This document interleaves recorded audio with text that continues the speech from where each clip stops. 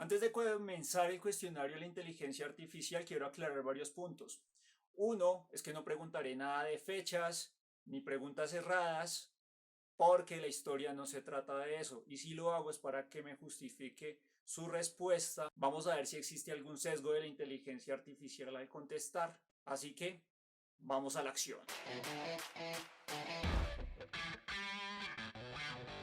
Bueno, vamos a comenzar el chat. Nos vamos con la primera pregunta. Aquí, de todo un listado. Entonces, cada una tiene una etiqueta y la hago de cierta manera para que me la pueda contestar de la mejor forma.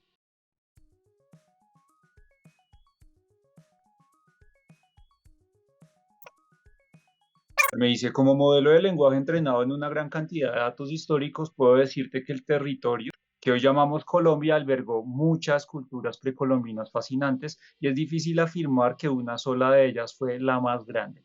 Sin embargo, algunas de las más destacadas incluyen la muisca, que se desarrolló en la región andina de Colombia. Es conocida por su habilidad en la orfebrería y su complejo sistema político y religioso.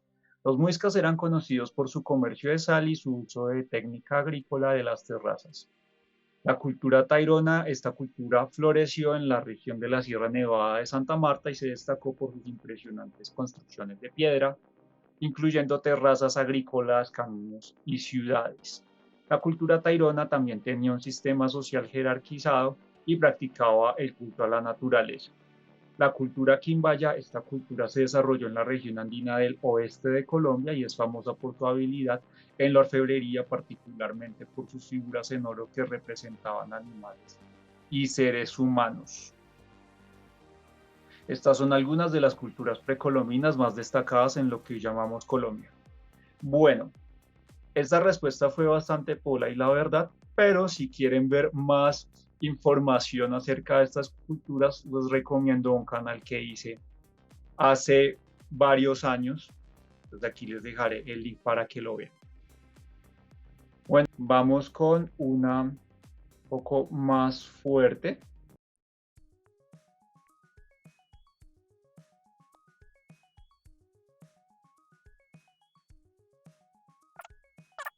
Bueno, aquí lo que me dice es que sí, hubo injerencia extranjera en la independencia de Colombia, al igual que en otras luchas de independencia de América Latina durante el siglo XIX. Durante la época colonial, Colombia era parte del Imperio Español y muchos países europeos y los Estados Unidos tenían intereses económicos y políticos en la región. Una de las principales formas de injerencia fue la ayuda que recibieron los líderes independentistas de otros países. Por ejemplo, el libertador Simón Bolívar recibió ayuda de la Gran Colombia, que incluía lo que hoy es Colombia, Ecuador, Panamá y Venezuela, de países como Gran Bretaña, Haití y los Estados Unidos. Estos países proporcionaron financiamiento, armas, suministros, asesoramiento militar y político. Además, en algunos casos, las potencias extranjeras utilizaron sus luchas de independencia en América Latina como una oportunidad para expandir su propia influencia en la región. Por ejemplo, Gran Bretaña y Francia intentaron establecer relaciones comerciales con las nuevas naciones independientes para asegurarse de que sus propios intereses económicos fueran protegidos. Bueno, no me está comentando nada nuevo. Son preguntas pues bastante formales y busca ser bastante concreto en lo que se le va preguntando hasta el momento. No. Normalmente en Colombia se dice que tenemos la democracia más antigua del continente, junto a la de Estados Unidos, pero hay algo que ha tenido mucha discusión y es acerca de si este país ha tenido alguna dictadura. Entonces, lo primero que le preguntaré es si Colombia ha tenido dictaduras.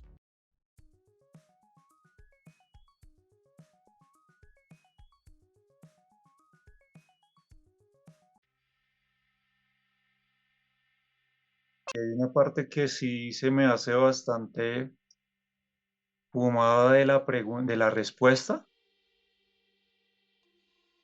sobre todo en la primera persona que me nombra acá, y ya hay otros que son más recientes. Tres de ellos son del siglo XX. Bueno, dos son del siglo XX y uno es de este siglo XXI. Entonces vamos con la respuesta. Aquí me dice, Colombia ha tenido varios líderes autoritarios. a lo largo de su historia, algunos de los cuales se han autodenominado dictadores. A continuación menciono algunos de los más destacados. Entonces, si algunos me da como para preguntarle si tiene otros nombres. Primero me nombra Rafael Núñez, un político y abogado que se convirtió en el presidente de Colombia en varias ocasiones. En la segunda mitad del siglo XIX, en 1886, promulgó la nueva constitución, lo que algunos consideran sentó las bases para la eventual llegada de dictadores en el poder. Bueno, eso ya es una forma como se puede interpretar la norma, pero realmente pues es la primera vez que escucho que alguien me nombra a Rafael Núñez como un dictador. Gustavo Rojas Pinilla, ese sí se ha hablado un montón de veces y ese ha sido bastante discutido. Rojas Pinilla fue un general que asumió el poder en Colombia después de un golpe de Estado, efectivamente sí, un golpe de Estado de Laureano Gómez, pero sí habría que mirar es mm, quién fue el que lo propuso, si él mismo fue el que se lanzó. Eso es algo que también ha tenido bastante discusión. Dice que durante su gobierno, que duró hasta 1957, así fue, implementó políticas populistas y autoritarias, incluyendo la censura de prensa. Efectivamente sí hubo censura de prensa, eso también se sabe, y la suspensión de garantías constitucionales. Bueno, pues ya venía un proceso de falta de garantías constitucionales desde la disolución del Congreso, y eso fue antes de Gustavo Rojas Pinilla. Pero bueno, o sea, aquí el tercero que nombra es Alberto Lleras Camargo, tampoco me lo esperaba. Dice que fue presidente de Colombia en dos ocasiones, primero en 1945 y 46, eso fue cuando eh, terminó el periodo que había dejado vacante Alfonso López Pumarejo, su segundo mandato, y luego del 58 al 62, que fue cuando inició el Frente Nacional. Bueno, eso no lo dice la inteligencia, lo estoy diciendo yo. A pesar de ser elegido democráticamente, algunos lo consideran un líder autoritario debido a su manejo de la violencia política en el país, incluyendo la represión de movimientos de izquierda y la implementación de medidas de emergencia. Bueno, aquí lo que se está refiriendo la inteligencia artificial es a esas medidas de emergencia, es al estado de sitio. Eh, no lo quiero describir mucho acá, era un estado de emergencia que venía establecido en la Constitución del 86, que el mismo Rafael Núñez había promulgado, del que habló la inteligencia artificial antes. Mm, efectivamente, sí venía una represión de movimientos de izquierda. Él, pues se le podría decir que es democrático en el sentido de que llegó por una vía de elecciones, pero sí había comenzado a gestarse pues ese proceso de creación de guerrillas de más hacia unos años posteriores. Y aquí este cuarto sí es de este siglo XXI. Tenemos a Álvaro Uribe Vélez, dice, fue presidente de Colombia entre el 2002 y 2010 y criticado por algunos de sus enfoques en la seguridad y lucha contra los grupos armados, lo que llevó a acusaciones de abuso de poder y violaciones a derechos humanos, a pesar de que fue elegido democráticamente. Eso es lo que hay curioso entre estos dos últimos. Ambos fueron elegidos por la vía de elecciones. Algunos lo consideran un líder autoritario debido a su enfoque en la seguridad, lo que se denominó en su periodo como seguridad democrática, y la concentración de poder el ejecutivo, pues porque era algo que no venía establecido en la Constitución del 91. De hecho, no estaba permitida la reelección en la Constitución del 91, y esa fue una reforma constitucional que se hizo durante su gobierno. Aquí dice que en resumen Colombia ha tenido varios líderes con tendencias autoritarias a lo largo de su historia, algunos de los cuales se autodenominaron dictadores, pero bueno, que aquí recuerde, pues ninguno de estos cuatro se autodenominó dictador. Entonces, creo que, bueno, me sorprende que que no haya nombrado a Simón Bolívar, que es alguien que se acusó en su momento de ser dictador y también ha tenido bastantes polémicas. Pero de todos modos le va a preguntar.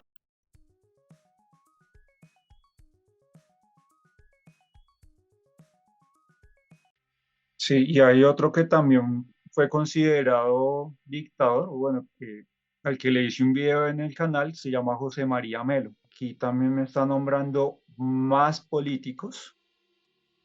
Aquí me nombró otros tres.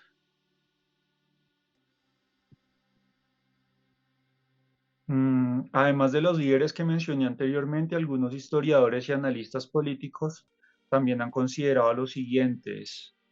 Francisco de Paula Santander, líder político y militar de Colombia durante la primera mitad del siglo XIX. Simón Bolívar, lideró la lucha por la independencia de Colombia, se desempeñó en varias ocasiones, ambos fueron próceres, quiere decir eso. Sin embargo, algunos lo han considerado un líder autoritario debido a sus políticas represivas contra los disidentes políticos. Rafael Reyes fue presidente de Colombia en 1904 a 1909 y se autodenominó dictador benevolente. Dice que durante su gobierno implementó políticas de modernización, eso hasta donde tengo conocido sí fue así, y la reforma agraria, pero también reprimió duramente la oposición y la prensa crítica, si él sufrió efectivamente un atentado y eso hizo que reprimiera y fuera duro con la oposición, eso aparte sí es cierta. Su gobierno terminó en un golpe de estado militar en 1909. Bueno, y el tercero es Laureano Gómez, político bastante controversial. Fue presidente de Colombia de 1950 a 1953. Él fue el que sufrió el golpe de Estado cuando iba a retornar al poder y subió Rojas Pinilla. Fue conocido por su postura conservadora y anticomunista. Durante su gobierno implementó políticas represivas contra los movimientos de izquierda y oposición política, incluyendo la censura de prensa y la suspensión de garantías constitucionales. Bueno, ya para este momento en el que está Laureano Gómez, sí efectivamente ha tenido esas acusaciones, incluso se le ha acusado de tener nexos con el franquismo. Es importante destacar que el término dictador es polémico y puede tener diferentes significados para diferentes personas. En algunos casos puede haber desacuerdo sobre si un líder es o no un dictador, ya que puede depender del contexto histórico y político.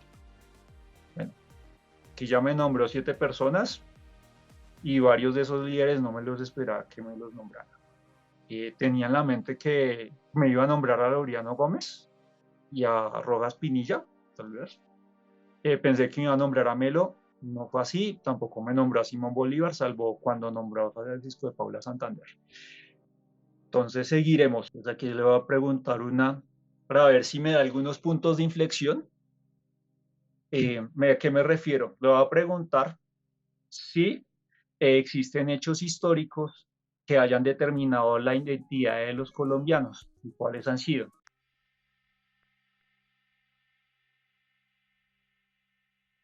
Vamos a ver, sigue escribiendo, no ha parado.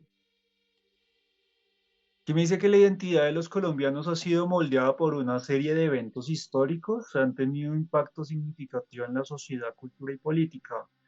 A continuación menciono algunos de los hechos históricos más importantes que han contribuido.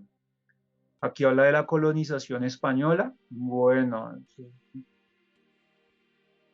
refiere al proceso de conquista y colonización de América Latina por parte de los españoles que duró desde el siglo XV hasta principios del siglo XIX.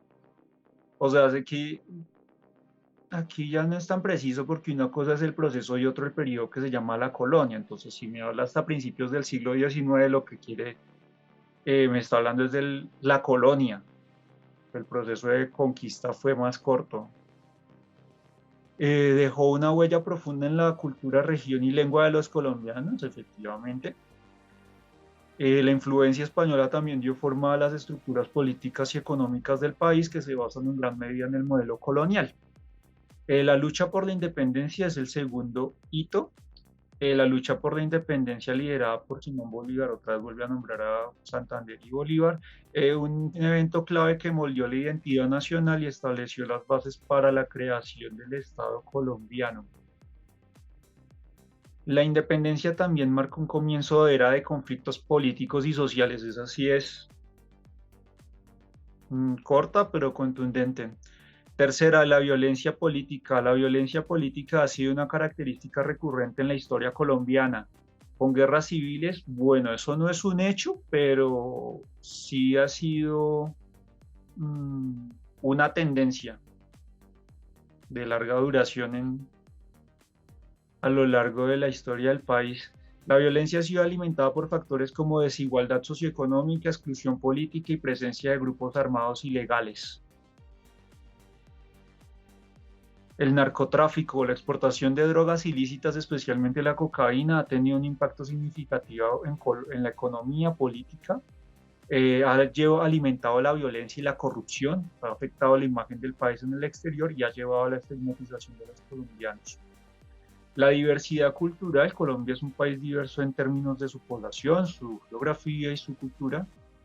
La mezcla de influencias indígenas y africanas y europeas ha dado lugar a una rica variedad de tradiciones, idiomas y costumbres que han contribuido a la identidad colombiana.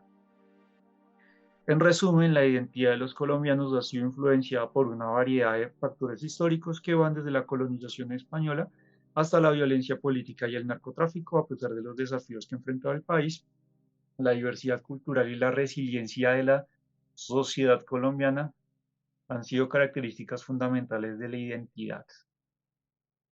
Bueno, realmente no me habló de hechos, me habló varias ocasiones de periodos, que un periodo fue el periodo de independencia o el periodo colonial. La violencia pues ha sido que ha marcado estos 200 años de vida republicana. Me habla del narcotráfico, que pues más que un hecho es un fenómeno, y la diversidad cultural pues es algo que se remonta pues a miles de años si tomamos la influencia, cientos de años si tomamos la influencia indígena. Bueno, pero sí me llama la atención que hable de diversidad y resiliencia como parte de la identidad. Es, es un detalle bastante bonito que nos da aquí ChatGPT. Bueno, voy con la siguiente. Esto va a ser un ejercicio de historia contrafactual. Son ejercicios que consisten en preguntar qué habría pasado si un hecho histórico hubiera sido diferente. Entonces, esto va a ser una pregunta típica de ese ejercicio. Le va a preguntar qué habría pasado si Gaitán no hubiera sido asesinado. Y dependiendo de lo que me conteste, le preguntaré sobre qué habría pasado con Gaitán. Vamos a ver.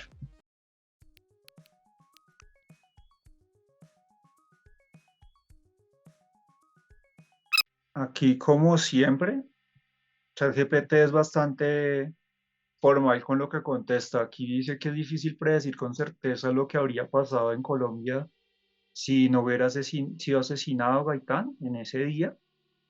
Y pues ese evento desencadenó una serie de sucesos que tuvieron un impacto. Sin embargo, es posible hacer algunas conjeturas. Entonces, en primer lugar, una conjetura es que la historia habría sido muy diferente si él hubiera llegado a la presidencia. Aquí me dice que él era un líder popular, carismático, que representaba a los sectores marginados de la sociedad, promovía una agenda reformista y progresista. Si hubiera sido presidente, es posible que que hubiera implementado políticas para reducir la desigualdad socioeconómica, mejorar las condiciones de vida de los pobres y promover la participación ciudadana. Es probable que el asesinato no hubiera desencadenado los disturbios del Bogotazo, pues sí está descubriendo el agua tibia, parce. Los disturbios del Bogotazo fueron una de las mayores explosiones de violencia en la historia de Colombia y dejaron un saldo de miles de muertos y heridos. Bueno, la verdad, ese Bogotazo también muchos lo han denominado eh, recientemente como un colombianazo porque tuvo repercusiones en varias ciudades y regiones del país en ese mismo día, en esas mismas semanas, en esas semanas posteriores. Si Gaitán hubiera sobrevivido, es posible que se hubiera evitado ese estallido de violencia y que la transición política hacia un nuevo gobierno habría sido más fácil. Bueno, eso es una hipótesis. En resumen, es posible que la historia de Colombia hubiera sido muy diferente. Es posible que hubiera llegado a la presidencia y hubiera implementado políticas progresistas. Bueno, eso ya lo había dicho. Entonces, aquí lo que hace es, siempre empieza con una introducción, lo desarrolla y luego lo resume, pero lo que resume, pues, tiene varias palabras o me está repitiendo la misma frase de lo que dijo arriba en el párrafos anteriores. Sin embargo, es importante tener en cuenta que esto es solo una conjetura y que la historia siempre es el resultado de factores complejos e interrelacionados. En eso sí estoy de acuerdo, chat. Bueno, vamos con una que es bastante polémica, ya que hablamos de que Gaitán puede haber sido presidente si no lo hubieran asesinado. Sí, eso es algo que siempre se ha dicho. O sea, él no está diciendo nada nuevo en esta respuesta. Pero, pero, le vamos a preguntar, hay una afirmación muy común que eh, la gente tiende a escribir, opinar cuando se refiere a cualquier mandatario del país, no importa la época, el contexto, siempre hay alguien que dice, este presidente es el peor presidente de toda la historia. Esa frase para mí se reduce, o bueno, yo la traduciría en, para mí este es el peor presidente porque no piensa como yo, y solo me acuerdo de los últimos 4 o 5 presidentes por mucho de la historia de este país. Entonces, le voy a preguntar, ¿quién es? ¿Quién? Muy bien, voy a preguntar por un nombre puntual. Lo que sucede con esta inteligencia artificial es que hay que preguntarle paso por paso o incluso darle más detalle a las preguntas como verse con la del dictador.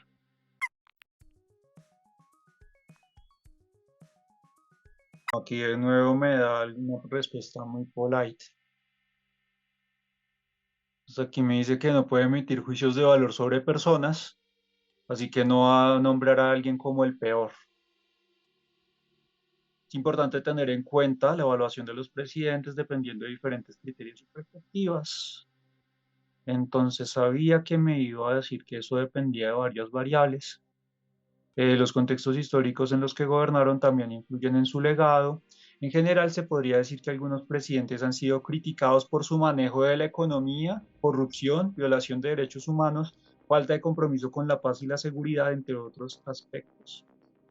Sin embargo, es importante evaluar a cada presidente en el contexto histórico y político específico y tener en cuenta los logros y desafíos que enfrentaron durante su mandato.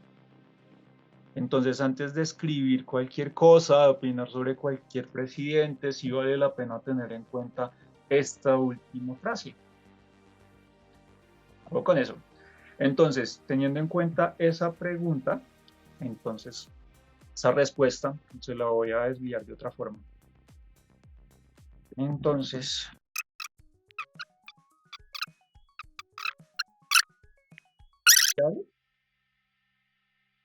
a ver si de pronto contestamos disperso. Aquí me contesta, en la historia de Colombia ha habido varios presidentes criticados por su gestión.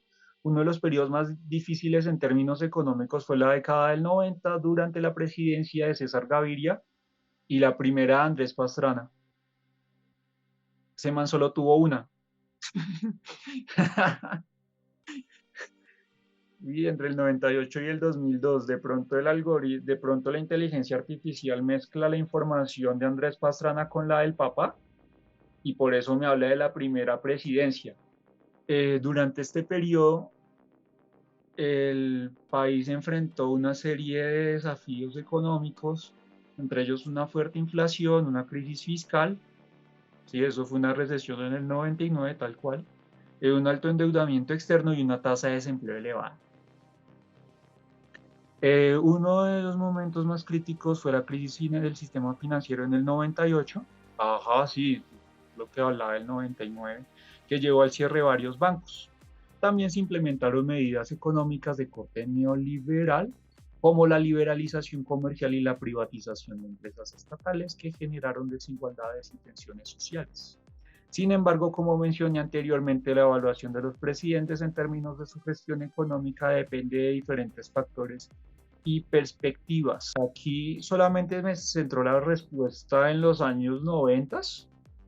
Para algunos puede tener un sesgo porque usa la palabra neoliberal. O sea, si una persona de derecha lee esta respuesta, puede asumir que existe un sesgo. Pensaría más bien que el sesgo puede estar más por la información reciente que ha recibido la inteligencia artificial, porque con más cantidad de data me pudo haber hablado de inflación en los periodos en el periodo de independencia o recesiones económicas a causa de las guerras civiles y de evaluación de la moneda.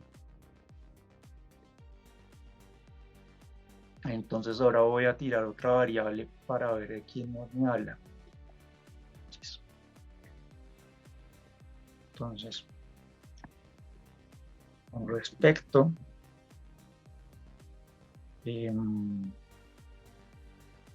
a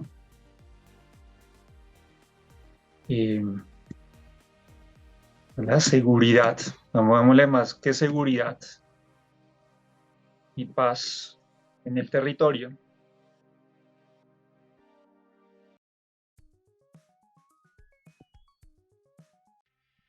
el presidente ha tenido la peor gestión.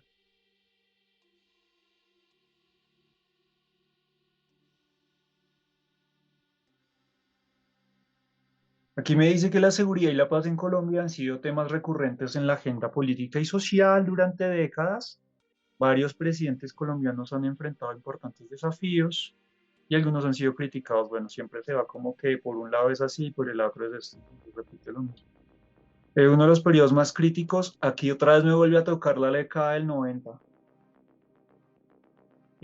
Durante este periodo, este país se enfrentó a una alta tasa de homicidios, secuestros y violencia relacionada con el conflicto armado interno. Bueno, aquí ya con esta palabra conflicto armado interno, la inteligencia artificial ya me está reconociendo una problemática, una situación del país que hay, que ciertos sectores se han negado en reconocer. Entonces dice que el conflicto armado interno involucraba a grupos guerrilleros, paramilitares y narcotraficantes. O sea, cuando me habla de involucrado, quiere decir que es un conflicto que ya no existe, que ya se superó. Fue inferir por lo que me contesta aquí ChatGPT. El gobierno de Andrés Pastrana intentó negociar una solución política al conflicto armado y a través del proceso de paz conocido como el Caguán, pero las conversaciones fracasaron y la violencia se intensificó en algunas partes del país.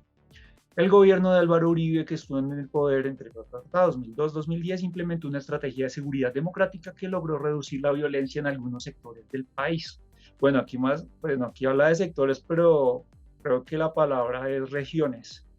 Pero también fue criticado por violaciones a derechos humanos cometidos por fuerzas militares y falta de avances en negociación de un acuerdo de paz con grupos armados ilegales. En la actualidad, el gobierno de Iván Duque, bueno, aquí me habla de Iván Duque, recordemos que la información de ChatGPT va hasta que las respuestas van actualizadas hasta el 2021, aunque pues bueno, puse un parche, un complemento que intentará actualizar y acomodar mi información más reciente, pero bueno, aquí se detuvo con Iván Duque.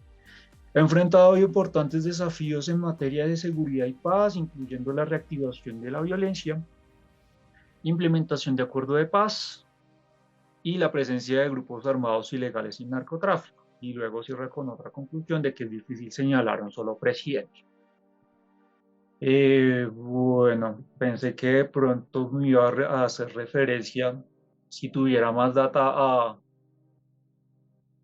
algunos presidentes en medio del siglo XIX o cambios de gobierno, pero pues eso habla eh, hacia dónde tiende la inteligencia artificial con la información que recibe. Pero ya que habla de guerras civiles y de conflicto, quisiera preguntarle algo específico sobre esos actores. Entonces voy a comenzar con una pregunta sobre la guerrilla y otra sobre el paramilitarismo. Entonces le voy a preguntar sobre la guerrilla, por qué la guerrilla no logró llegar al poder, la que sí pasó con otros países de la región.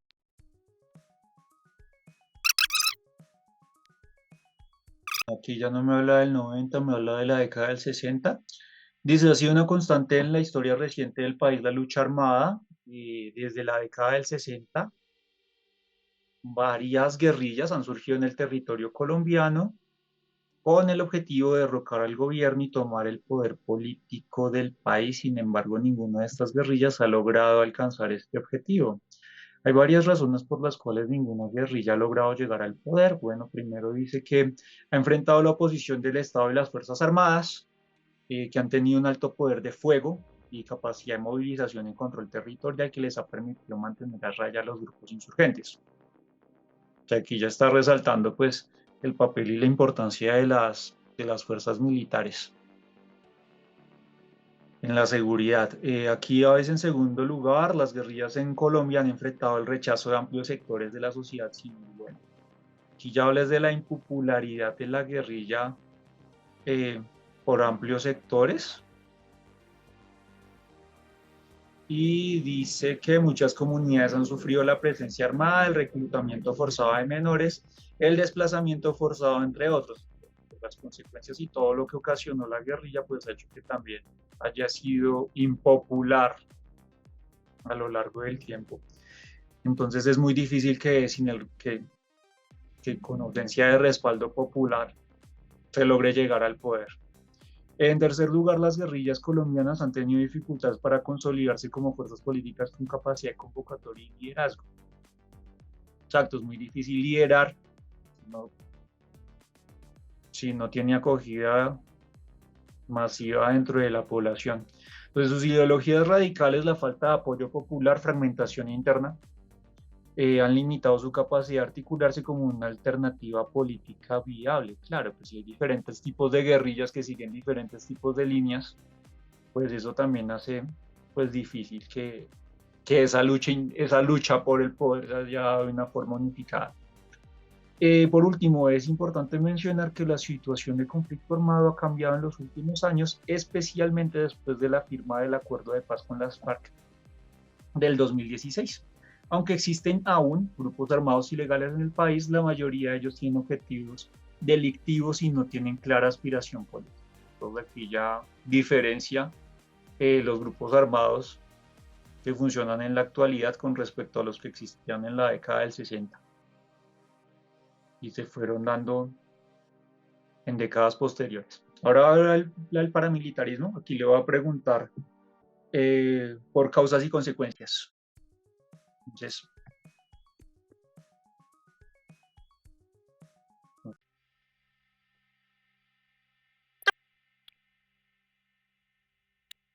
dice, es un fenómeno complejo que tiene raíces. Es interesante esa palabra raíces. Dice que me habla de causas, me da tres causas principales. Dice, el conflicto armado interno, segundo es la violencia política y la tercera la expansión del narcotráfico. Aquí dice que el paramilitarismo surge como una respuesta a la presencia de las guerrillas en distintas regiones del país, especialmente en zonas rurales, y se autodenominan autodefensas como una forma de protegerse eh, de los ataques o de todo lo que se había mencionado arriba sobre la guerrilla. Y protección, entonces, como un objetivo principal que es la protección de la población civil de abusos y violencia de los grupos guerrilleros. Bueno, eso tiene por debajo, bueno, algo, un contenido subliminal y es que la protección del Estado no era suficiente. La violencia política, Colombia ha sido un país donde la violencia política ha sido recurrente en la historia reciente. Los 80s y 90s, los grupos paramilitares se unieron con sectores políticos y empresariales para enfrentar a la insurgencia y movimientos sociales. Entonces habla tanto de los ataques de la guerrilla y la forma como se sentía vulnerable la población, pero también de cómo se involucró con sectores políticos y empresariales para poderla enfrentar. La expansión del narcotráfico, esa es otra. La financiación de actividades paramilitares ha estado ligada a la economía del narcotráfico. Grupos armados ilegales han utilizado el control territorial a la violencia para controlar las rutas del narcotráfico y obtener beneficios económicos. Bueno, y aquí ya me habla de consecuencias. Las consecuencias me dice que son 4. Primera, violación de los derechos humanos. Entonces, bueno, aquí quiero aclarar que no es el único actor que violó los derechos humanos, pero sí es indiscutible que es una de las consecuencias. Los grupos paramilitares han sido responsables de graves violaciones a los derechos humanos, incluyendo asesinatos, desapariciones forzadas, torturas, desplazamiento forzado, entre otros. La corrupción y la impunidad, grupos paramilitares acusados de tener vínculos con sectores políticos, eso facilita pues ese fenómeno. Fragmentación del Estado, el paramilitarismo ha generado una situación de fragmentación. Entonces, grupos armados ilegales tienen alto poder de ciertas regiones del país y las instituciones no alcanzan a llegar a esas zonas. El debilitamiento del tejido social, bueno, esa no la había escuchado. La presencia de los grupos paramilitares ha generado una situación de miedo y desconfianza en la sociedad, lo que ha debilitado el tejido social y ha afectado la capacidad de las comunidades de organizarse y reivindicar derechos. Sí, claro, sí, hay un sector que es protegido por actores, por funcionarios del Estado y por personas con poder económico, pues es muy posible que las personas se sientan amenazadas por reivindicar ciertos derechos. Bueno, ya no quiero seguir hablando más de conflicto armado, entonces voy a irme hacia otra pregunta.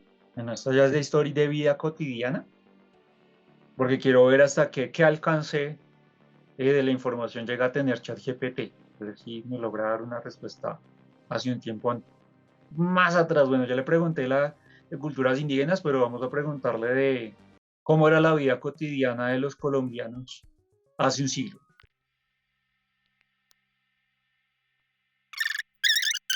Identidad nacional.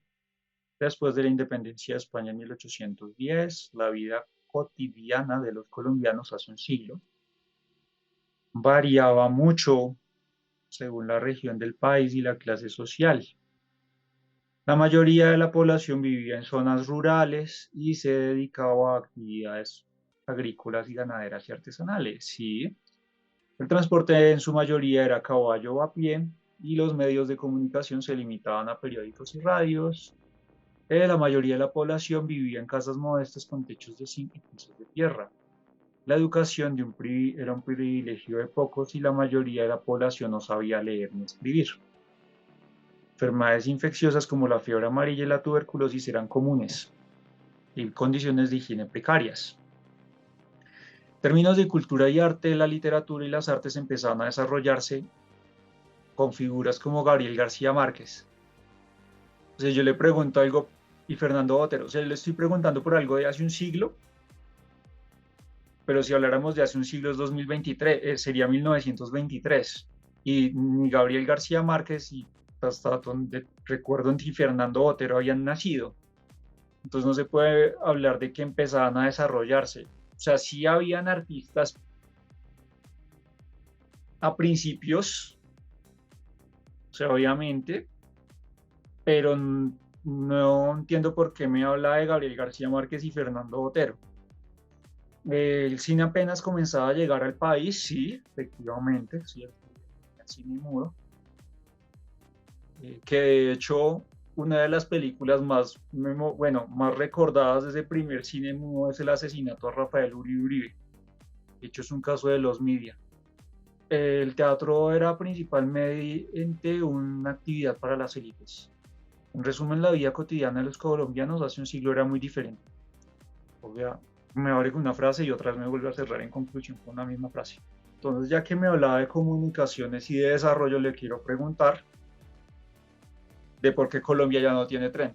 Pero si yo se lo pregunto de esa manera, probablemente me diga que sí existe porque pasa un tren por Paz del Río y hay un turistren de la Sabana. Entonces le voy a preguntar por un tema que yo toqué en una trilogía de videos, también les voy a dejar aquí el link de mi video de la desaparición del tren en Colombia. Entonces le voy a preguntar puntualmente por ferrocarriles nacionales. Entonces la pregunta va a estar estructurada de la siguiente forma. Entonces,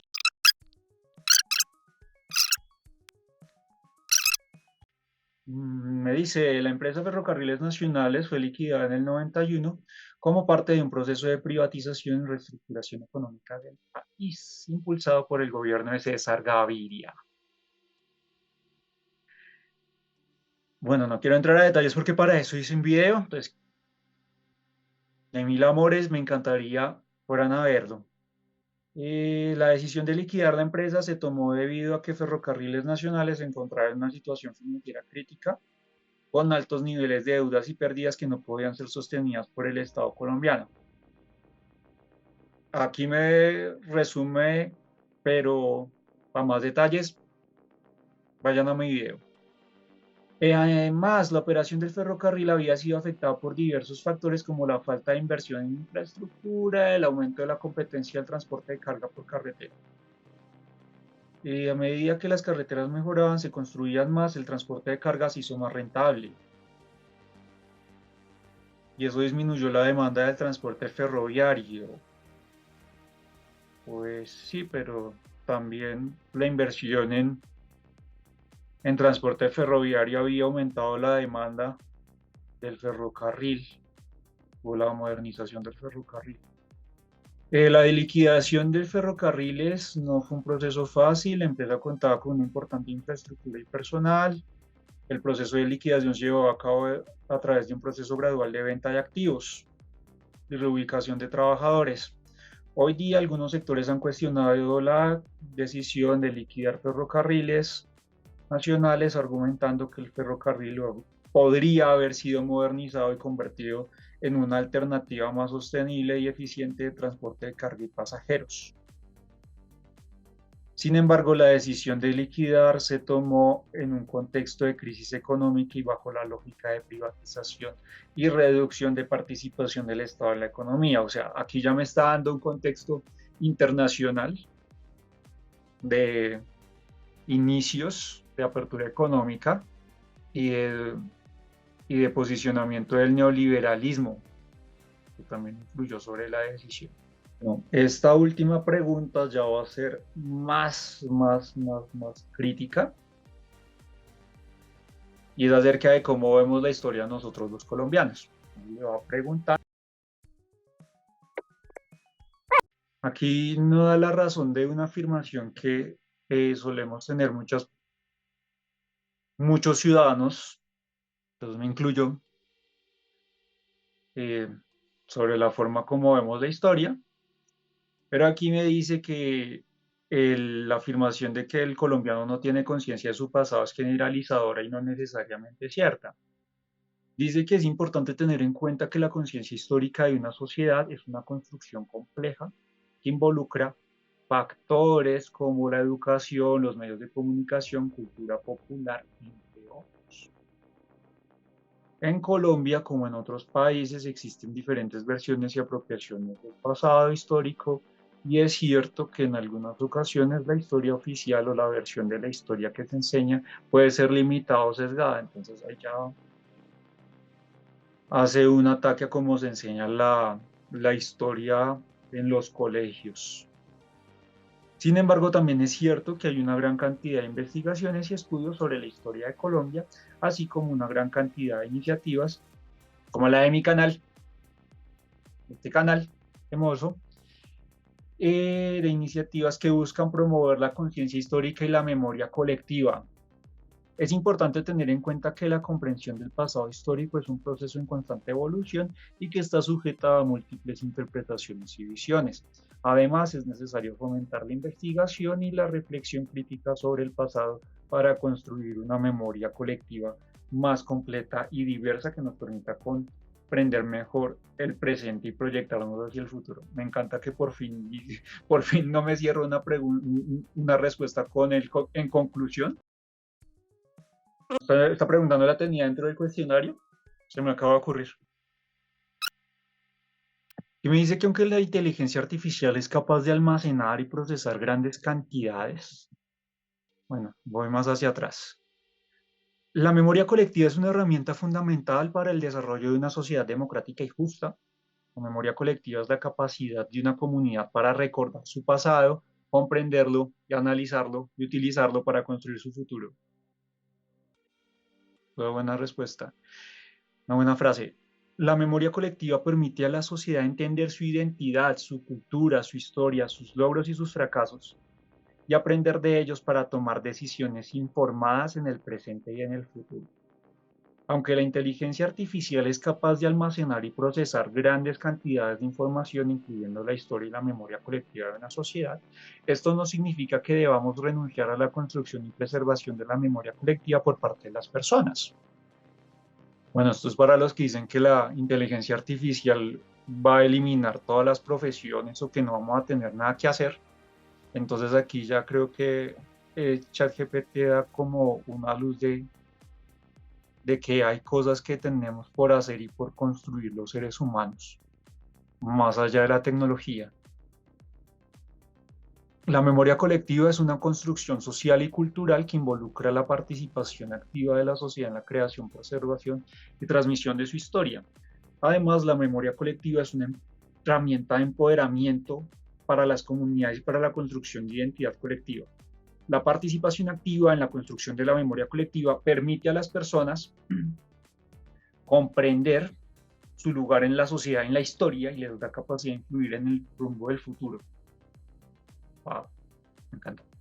En resumen, otra vez, bueno, ya no me pone en conclusión, pero esta vez me puso a en resumen.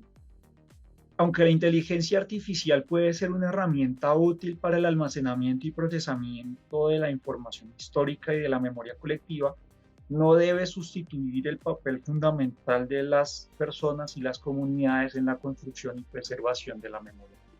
Aquí me da una respuesta como más espontánea y más flexible, por lo que noto. Y con esta respuesta de ChatGPT, les doy gracias por llegar hasta acá y que si no lo han hecho sigan mi canal, Recuerda Colombia, el canal que lucha contra el olvido, y díganme qué otra pregunta le habrían gustado que le hiciera a la inteligencia artificial, de pronto para una segunda parte. Y pues bueno, no se olviden de suscribirse a mi canal y también darle campana para estar a la campana de notificaciones para estar al tanto de cualquier noticia. Hasta la próxima y un abrazo para todos.